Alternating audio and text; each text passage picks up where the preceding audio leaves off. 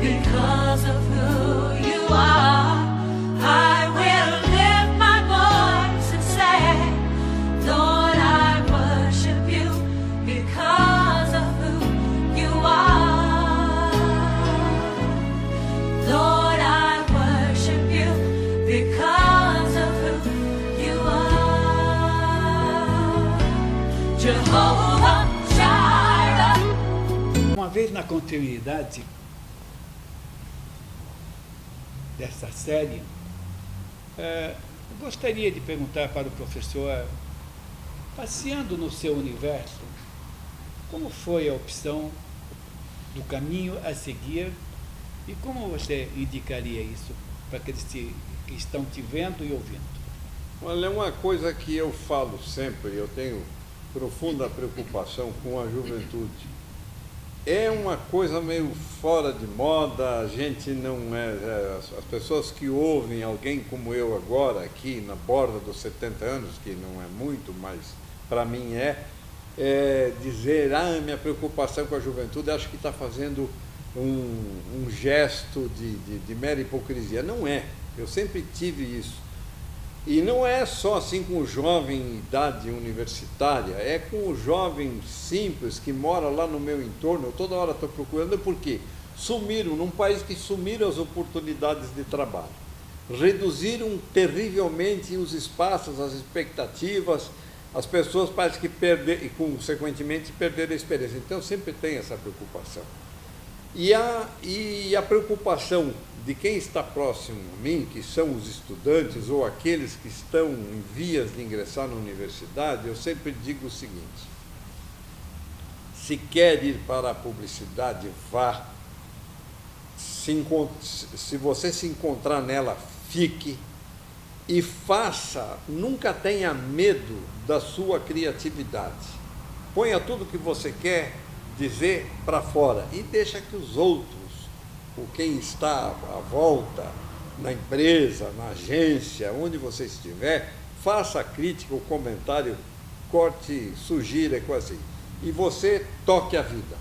Toque a vida e procure, fundamentalmente, ler muito, assistir muito vídeo, muito cinema, se deslocar, andar, viajar, porque isso aqui enriquece o acervo, o background de um bom publicitário. Tem também que viajar, tem que conhecer gente. Não precisa pegar aviões para ir ao velho mundo. Você pode ir de carona aí para Maquiné, para as grutas em Minas, aí no Vale do Ribeira. Basta mudar de vez em quando a sua realidade, esse choque de realidade é muito bom. Com tantas experiências vividas, o que te inspira hoje? Olha, hoje o que eu mais aprecio é a solidão da casa. Quando termina o dia, que eu volto para casa, chego lá, fecho o portão e fico olhando o mato. Eu tenho muito mato dentro da minha própria casa, e vendo os cães. Chega no fim do dia, ouço barulho de jacu, aquele barulho característico do jacu. Às vezes, agora com essa onda de febre amarela aí, assumiram os macacos, alguém deve estar batendo o macaco, que é errado, não deveria. O macaco não tem culpa nenhuma e ele é o sinalizador da doença, né? Depois de picado pelo mosquito. Mas assim, apareciam muitos no fim da tarde, né? Eu gostava demais, então a vida para mim se resume a isso hoje. Eu sou um homem de gostos simples, consumo barato e um profundo recolhimento pessoal. E é claro que aí há um outro dado, que é um dado ligado a essa raiz familiar, da religiosidade familiar, que pelo fato de estar sozinho, modernamente chama-se muito medito, né? Eu fico meditando. Não, essa coisa de você também entrar em oração, em contato com o Criador, isso tudo me faz muito bem hoje. Voltando no tempo, o que você mudaria? Bom, Outro dia eu assisti isso, eu vi essa pergunta num programa de humor, né? Mas que não vem ao caso aqui, porque as pessoas tendem sempre a responder para ficarem bem na fita, né? Eu diria o seguinte: se tivesse que hoje rever a minha vida e mudar alguma coisa, eu não teria ido para o seminário, em pequeno, em criança. Eu não teria ido para o Exército, que eu fiz um serviço militar complicado e cumprido, fiz CPOR em Porto Alegre, e depois do estágio de instrução obrigatória, fiquei 2 anos ligado ao Exército, que é um pouco perda de tempo isso. Mas, por outro lado, é o seguinte, é uma revisão, a grosso modo, que eu faço, mas é o contato com o cavalo, o esporte equestre, o hipismo, também se deveu ao Exército. Então, é uma coisa difícil de ponderar, mas, a grosso modo, eu diria, eu não teria ido para o Exército. E, por último, talvez, eu sempre penso a respeito disso, eu teria resistido a essa coisa de ir para a universidade e ser professor. Não é que isso não me trouxe alguma coisa, afinal de contas, tudo que eu sou eu devo a isto, mas eu deixei de realizar muito profissionalmente porque me tornei professor e depois eu entrei naquele processo de pós-graduação para titulação, tempo integral, e saí do mercado de trabalho.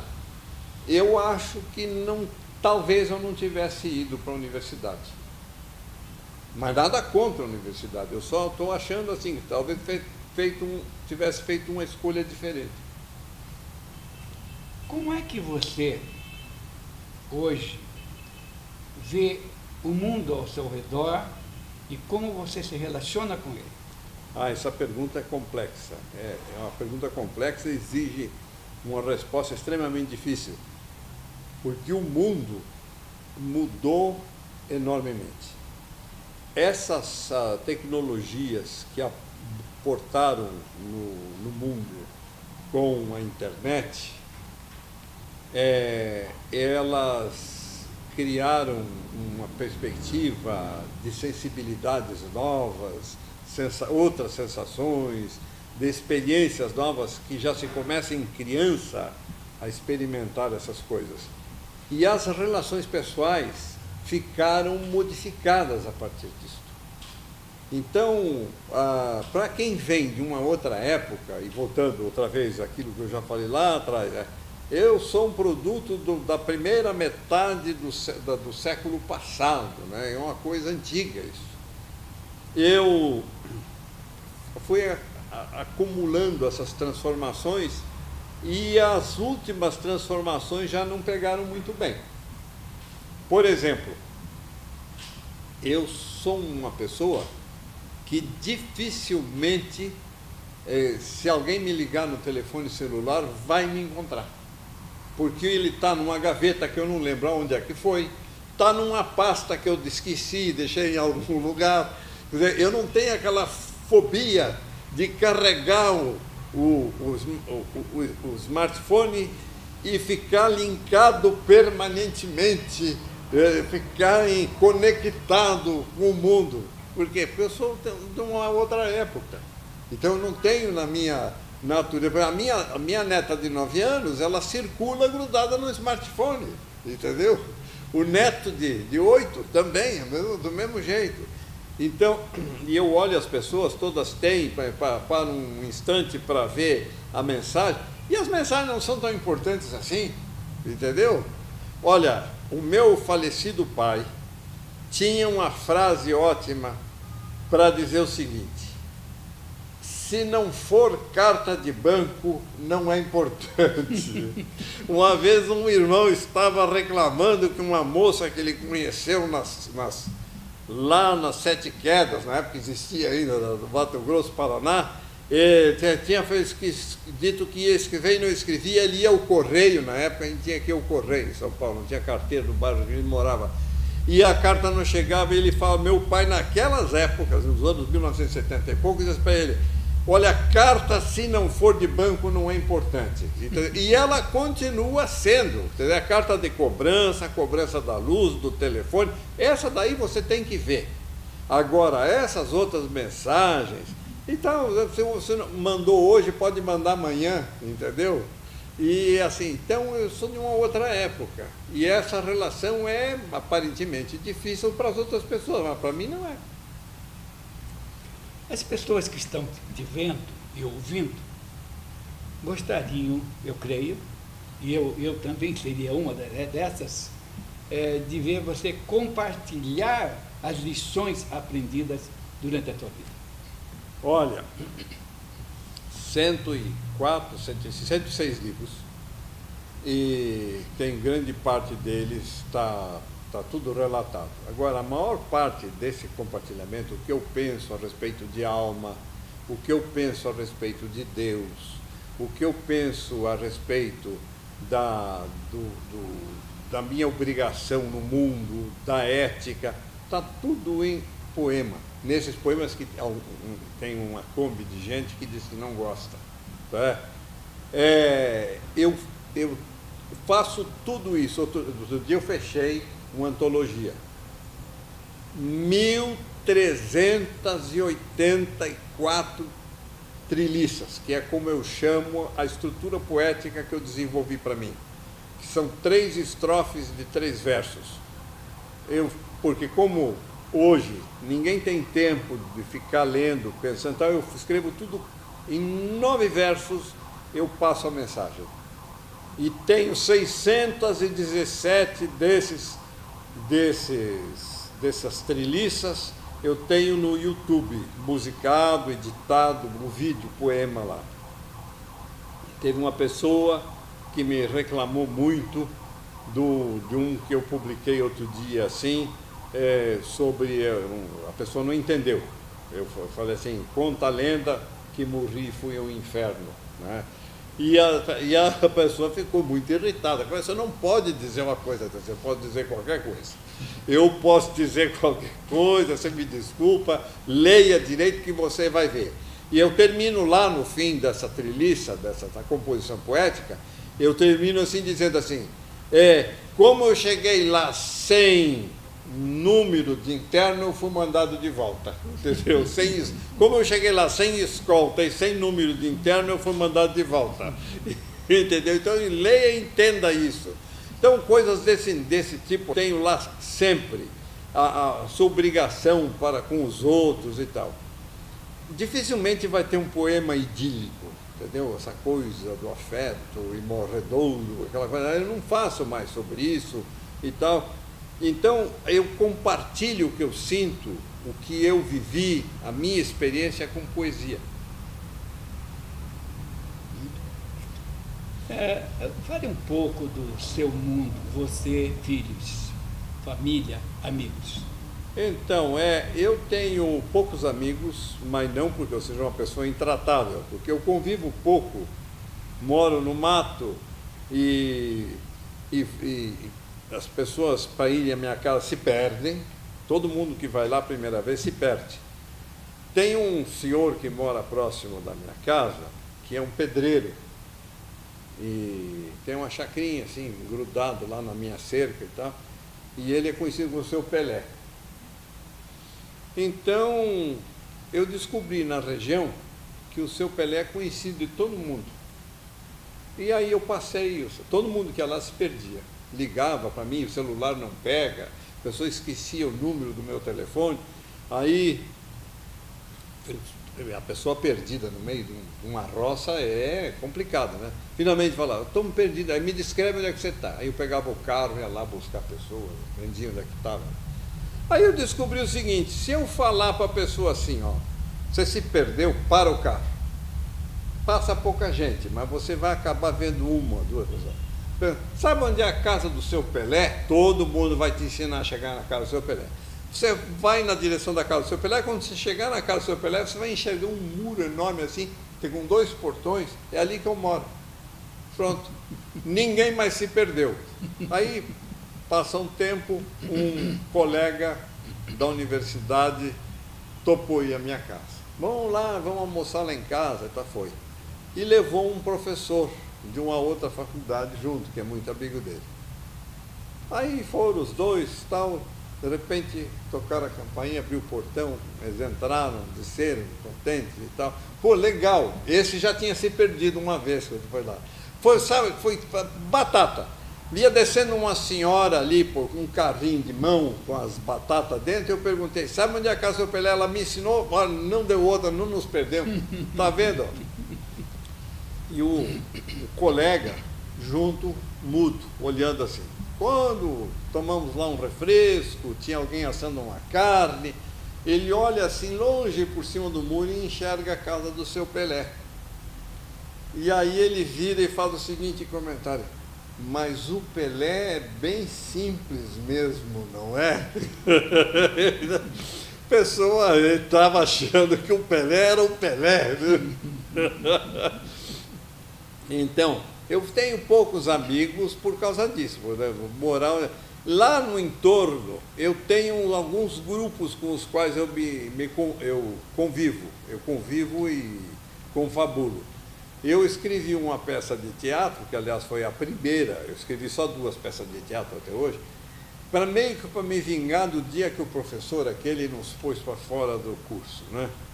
E eu escrevi uma peça de teatro tirando um personagem do romance que é o Padre o Açougueiro, que chama Um Padre no Inferno.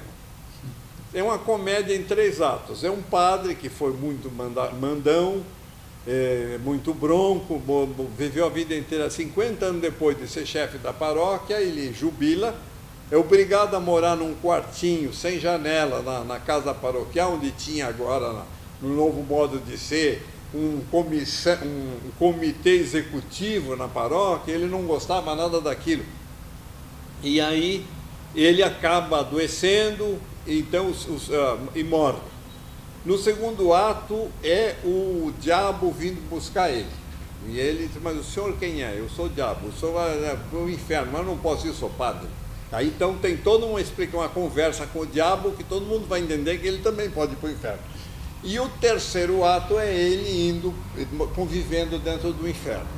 Então eu fiz essa peça, ela cheia de imperfeições, eu descobri um grupo de gente de teatro lá no interior, Mairim, Alumínio, Araçariguama, Pirapora, Vargem Grande Paulista.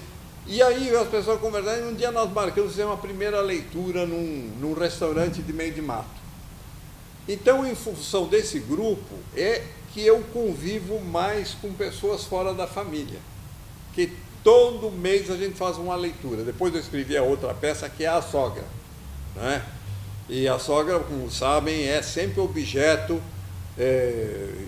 eu aqui quero ressaltar, sim, é um objeto injustiçadamente agredida, porque ela está no imaginário do folclore brasileiro, essa coisa toda e tal, e eu fiz uma peça sobre isso, que aliás era para ser um stand-up, e acabou sendo uma comédia num único ato. Ela ficou muito bem feita. Eu leio essas peças, converso, e lemos outras peças também. Aí tem o meu lado familiar. Pessoa com a qual eu mais convivo é com o chato do meu neto mais novo, que acha que eu sou brinquedo dele. E eu deixo. Tá? Outro dia eu falei para ele assim, o Gustavo, vô não é parente. É o quê? Eu digo, é contra parente. E ele vira para mim e diz assim, o que eu te fiz? Então eu convivo direto com ele, porque ele, no momento que ele pode, ele pede para alguém levar ele na minha casa. E ele anda lá, ele chateia, e é fazendo as coisas que as crianças de hoje fazem. Ele está na casa do avô, está conversando com o avô, mas ele está jogando videogame, está vendo televisão, e como ele faz Kumon de português, ele leva a lição para fazer na minha casa. E esse menino é um gênio, porque, olha, ele mexe com o cachorro, mexe no videogame, no smartphone, vê um programa de televisão e faz uma lição de interpretação de texto em português sem errar uma questão. Entendeu? Esse menino é um gênio. E aí ele é mal educado, ele é grosseirão, assim e tal, porque é o jeito dele. Mas é com quem mais convivo. Tem a menina também, a irmã dele, a neta, com a qual eu convivo, mas naturalmente é um convívio de restrições, porque agora ela tem o universo dela.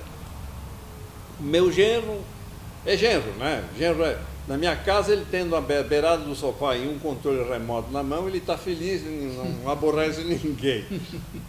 E a filha que é sempre preocupada comigo. Tem o filho que mora em São Paulo, é casado, mas não tem filhos. E ele é muito querido, ele está sempre me chamando para ficar em São Paulo. Às vezes eu até fico em São Paulo, não gosto, mas fico. Eu durmo lá na casa dele. Porque São Paulo ficou para mim um sacrifício. É uma cidade de trânsito difícil, tudo muito demorado e tal. Então, mas o que me resgata nessa coisa é exatamente essa convivência com o filho, né? Tem uma irmã com a qual eu convivo pouco, que mora fora, um outro irmão que mora também longe, e a minha vida familiar hoje é uma coisa assim muito nuclear, sabe? Muito nuclear. Como você vê a cultura e as realizações que se propõem os jovens de hoje? Isso aí está virando um absurdo, porque nem tudo que é efetivamente chamado de cultura é cultural. Nós vivemos num país de patrocínios e subsídios. Aí tem essa lei Rouanet. Quando eu vejo uma notícia de que tipo de gente que está levando uma soma absurda, uma exorbitância para fazer um espetáculo, aí você vê a natureza, a qualidade daquele espetáculo, se espanta e se irrita, porque aquilo não era da cultura brasileira. Eu lembro perfeitamente, ali pelos anos 80, eu ainda era professor de produção de discos. Um dia alguém me convidou na Rádio USP FM para uma entrevista sobre lambada. E eu falei com todas as letras no meio da entrevista, dizendo assim, mas isso tem tempo para acabar, porque isso é uma coisa oca, ela não tem fundamento cultural, não tem raiz, ela vai desaparecer. E a moça e o rapaz, que eram locutores do programa, eles não simpatizaram muito com essa resposta e eu percebi que não agradou a entrevista. 6 meses depois começou o declínio da lambada. É a mesma coisa com esses gêneros musicais, por exemplo, o sertanejo universitário. O que é isso? O que é sertanejo universitário? O funk. O funk é uma coisa também que é um pouco aberração, a insistência que tem com o funk. Eu não sou contra dizer que tem que... Não tem nada a ver com outra coisa, não tem nada a ver com proibição. Tem a ver com o reconhecimento cultural de uma coisa que não é cultural. Ela foi gerada num determinado espaço e ela pode até ser considerada cultura nas expressões dos limites daqueles lugares. Agora, tentar fazer de uma exceção uma regra nova não passa. Como jornalista e autor de tantos livros, como têm sido as suas obras aceitas pelo público? Olha, faz muito tempo eu deixei de ter obra curada, né? Que é aquela obra que tem um curador, seja ele a editora, seja um conselho editorial de algum lugar que decide se publica ou não. Eu passei a dirigir as minhas próprias obras, porque desde que eu comprei o domínio victoraquino.com, eu transformei só em divulgação editorial. E aí tem o domínio com as capas, você clica na capa e abre o livro no Publisher, na Alemanha, que é aquele site em Flipbook, que abre o livro e qualquer pessoa lê. E eu nunca mais vendi direito autoral para editora nenhuma, nem passei lá. Então, eu só tenho as quantificações. Por exemplo, tem livros que tem 300 acessos e nenhum download. Tem livro que tem 1000 acessos e 10 downloads. Mas tem o livro com 300 mil acessos Tem um livro, por exemplo, esse Meus Modos de Ver a Arte, que tem 5.000 downloads. Então, por exemplo, assim, esses são números pequenos, mas agora é que eu sou um autor, um sozinho, né? Eu não tô concorrendo a ser usar um termo de hoje, ser um influencer, né? Essa bobagem que agora se achou, qualquer um fala abobrinha e é influencer, né? Então, tudo bem, tem espaço para todo mundo, cada um fala o que quer. Mas acontece que, no meu caso, o que eu sei é o seguinte: eu tenho um acesso na minha obra que é mais ou menos padrão. Varia sempre naquela faixa de até os 5.000 downloads, que eu não considero muito só os acessos, porque o acesso, se acessou, contou, mas não é isso que eu quero ver, você sai dali.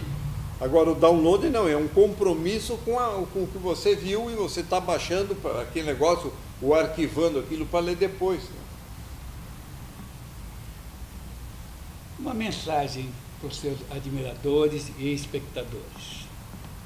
Olha, eu quero dizer para todo mundo que a vida é o principal bem que nós temos, independente do que façamos, do que queiramos, porque é no espaço da vida que a gente sonha, que a gente projeta, que a gente realiza, e tudo que a gente faça seja pelo bem comum.